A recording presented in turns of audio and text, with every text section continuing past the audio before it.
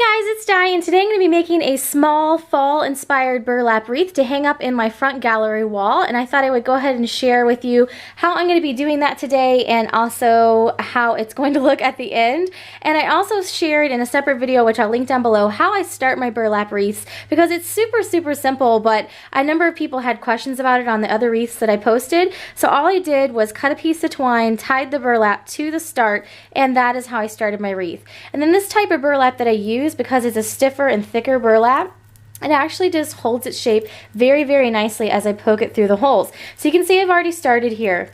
This is a smaller wreath frame, so for this one I'm actually just going to use 2 top and bottom rungs and push that through the wreath frame.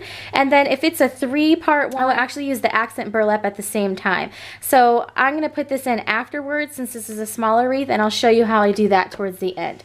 So right now I'm just going to show you the technique that I use, because a number of people had questions about how I got it to stay and that sort of thing. But with this burlap, it's really super simple. You just punch it through, and it's thick and it's kind of textured, so it really holds its shape very nicely. So I'm just going to go around the wreath the whole way around, and I'm just punching it through and then pulling it out into a little loop. You can kind of shape it as you go, or you can go back towards the end and shape it a little bit more. I kind of just like letting it go where it wants to go, because I feel like that kind of gives it that rustic look and gives it a little bit of extra personality. So I just kind of pull it through, and then if I want to shape it a little bit towards the end, then I do that. So I'm just going to continue around the wreath, and all I'm doing is pulling it through, making sure it's the size that I want. That's the really main thing, is making sure you have enough burlap here so that there's enough burlap there whenever you shape it. And I'm just going top and bottom. I'm alternating. So I'm pushing one through the bottom little line here. So if you look at this wreath frame, there's kind of a top little opening here, a middle, and a bottom. And so for these smaller frames, what I'm going to actually do is just alternate top and bottom. And when I do the 3-tiered ones, like what my chevron wreath was, I will actually alternate all 3 at one time. And then I just go top, middle, bottom. So for this one, I'll be adding all my accents afterwards. And just pulling through, making sure that I have enough. And if you have too much, that's really easy to fix, because you can always just pull it through the back and it'll stay really nicely. So I'm just going through, alternating top and bottom all the way around, pulling it through. And I'm not going to muss with trying to shape it as I go through, because I like to do that at the end. And I'm just going to keep on going around the wreath that way. So you can see all it takes is a little push through there, pull the amount that you want, and then keep going. And I will try to remember to link all this stuff down below. But if you are interested in the burlap wreaths for the different holidays, I've made a fall one, just a basic blue one for my entry, which I'm going to turn that into a winter wreath during the winter. I'm also getting ready to work on a Christmas wreath. I don't know if I'm going to have time to do that today, but I will be sure to share all those as I go along. So the great thing about the one that I'm making today is it's just going to be a basic burlap base. So you can see I'm going to add some embellishment in afterwards, but that way if I want to change it up later, I could probably change it up a little bit. But I'm just going to add the embellishments afterwards, because this is a smaller wreath.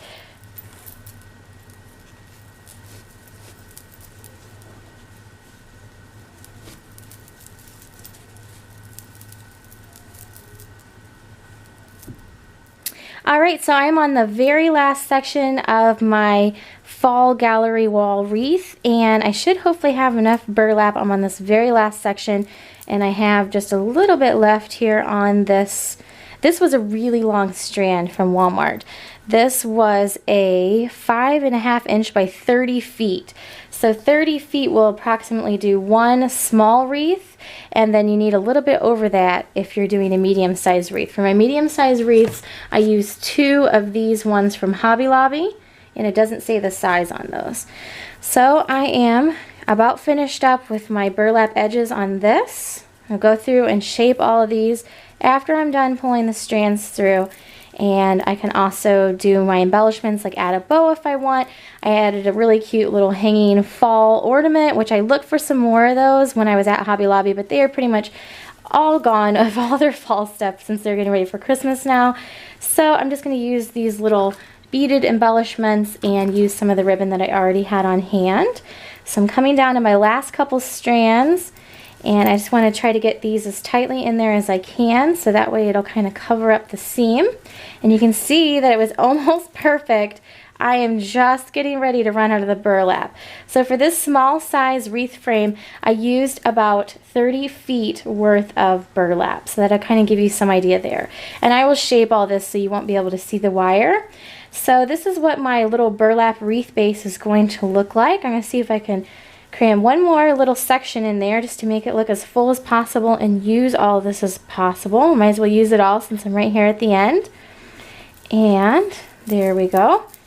So then I'm going to start working on finishing this off.